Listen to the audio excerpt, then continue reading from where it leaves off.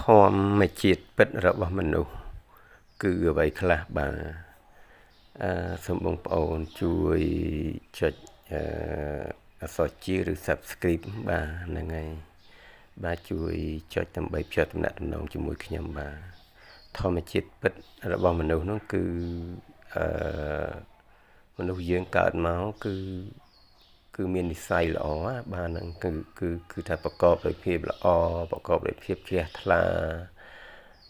ប្រកបដោយភាពសុចរិតទៀងត្រង់ណាបាទហ្នឹងហើយកើតមកហ្នឹងគឺគ្មានអ្វីមួយដែលថានាំឲ្យទៅមិនល្អទេបាទហើយខ្ញុំសូមចូលរួមនៅ3ចំណុចដែលជាធម្មជាតិពិតរបស់មនុស្សបាទចំណុចទី1នោះគឺល្អបាទគឺសេចក្តីល្អបាទមនុស្សយើងគឺមានសេចក្តីល្អហ្នឹងជាសំខាន់ណាបាទហ្នឹងទី1ហ្នឹងបាទធម្មជាតិពិតរបស់មនុស្សគឺល្អបាទអញ្ចឹងហើយយើងកើតមកជាមនុស្សគឺជាបើយើងនិយាយតាមផ្លូវធម៌គេថាសត្វដែលមានបន់ណាបាទជាសត្វដែលមានបន់បាទដែលបានកើតមកជាមនុស្សអញ្ចឹងហើយយើងត្រូវមានសេចក្តីល្អនៅក្នុងខ្លួនបាទយើងត្រូវគោរពនៅសេចក្តីល្អធ្វើនៅទង្វើល្អគ្រប់យ៉ាងបាទហើយទង្វើល្អនេះវាជាផ្លូវមួយដែលមិនចេះតល់ច្រកណាតែណាមកណាគេទុកចិត្តគេជឿជាក់បាទគេស្រឡាញ់គេរាប់អានបាទចំណុចទី1គឺល្អគឺសេចក្តីល្អបាទហើយចំណុចទី2នោះគឺសាមញ្ញបាទចំណុចទី2នោះគឺសាមញ្ញធម្មជាតិរបស់មនុស្សទី2គឺសាមញ្ញបាទភាពសាមញ្ញនេះគឺចង់និយាយថាយើងជាមនុស្សស្លូតត្រង់ស្លូតបូតទុនភ្លុនរៀបសារអញ្ចឹងណាបាទទុនភ្លុនរៀបសារបាទមិនចងេងចងាងមិនប្រហើនមិនឆ្លើយអាហ្នឹងគេហៅភាពសាមញ្ញ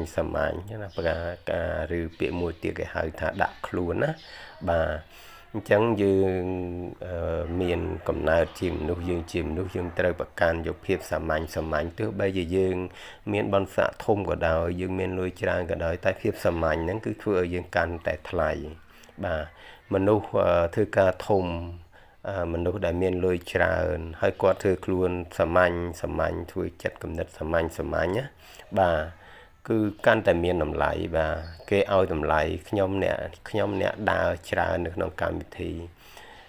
អ្នកដែលគេធ្វើការធំមកគេលើកដៃជំរាបអីទៅវិញគេទៅសើពេញទាំងអស់ហើយអ្នកមានអីចឹងទៅវិញមកជំរាបអីហើយនិយាយដឹងគួរសមមិនចងេងចងាងគេទៅសើគ្រប់គ្នាបាទអញ្ចឹងមិនថាអ្នកធំមិនថាអ្នកមានលុយមិនថាយើងធម្មតាអត់លុយអីយើងប្រកាន់ភាពសាមញ្ញហ្នឹងគឺស្លូតត្រង់សុចរិតទៀងត្រង់ដូចគ្នាស្លូតបូតនឹងឯងបាទចំណុចទី2ចំណុចទី3នោះគឺរឹងមាំបាទចំណុចទី3គឺរឹងមាំធម្មជាតិរបស់មនុស្សនោះគឺត្រូវតែរឹងមាំបើយើងមិនរឹងមាំយើងនឹងចាញ់នៅបញ្ហាយើងនឹងចាញ់នៅឧបសគ្គយើងនឹងចាញ់នៅស្ថានភាពមិនល្អណាមួយកើតឡើងកលៈទេសៈអាក្រក់ណាមួយកើតឡើងបាទអញ្ចឹងយើងត្រូវតែរឹងមាំហើយ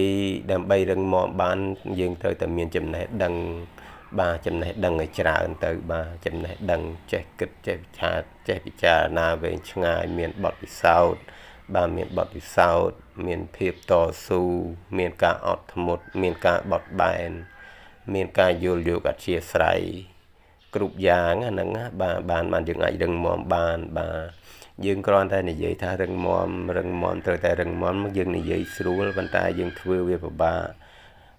នៅពេលដែលជួបបញ្ហាមកតែយើងស៊ូបានអត់នៅពេលដែលជួបការស្ដីបន្ទោសមកតែយើងអត់ទ្រាំបានអត់បាទហើយនៅពេលដែលជួបការលំបាកស្មុគស្មាញណាមួយដែលទាមទារឲ្យយើងដកឃ្លាចេញឬបត់បែនចេញតែយើងបត់បែនបានអត់ហើយជួបរឿងដូចថាវាតូចតាចមិនបានការតែយើងអធិស្ឋានចោលចង់ចាញ់បានអត់បើយើងធ្វើបានអានឹងឲ្យបានយើងរឹងមាំបាទអញ្ចឹងកត្តាទាំង3បាទកត្តាទាំង3របស់មនុស្សនេះគឺមានសេចក្តីល្អឬមួយក៏យើងហៅថាសិលធម៌ហ្នឹងទី2ហ្នឹងគឺសាមញ្ញបាទការដាក់ខ្លួនហ្នឹងហើយទី3គឺភាពរឹងមាំហ្នឹងបាទ កត្តាទាំង3នេះចំណុចទាំង3នេះគឺសំខាន់ណាស់បាទហ្នឹងហើយយើងត្រូវមានទាំង3បាទយើងមានកត្តាផ្សេងមកផ្សំទៀតមកប៉ុន្តែកត្តាសំខាន់ដែលខ្ញុំសង្កេតឃើញធ្វើឲ្យមនុស្សនឹងមានតម្លៃធ្វើឲ្យមនុស្សនឹងមានជីវភាពធូរធារខ្ពស់ឡើងធ្វើឲ្យមនុស្សនឹងមានគេគោរពធ្វើឲ្យមនុស្សនឹង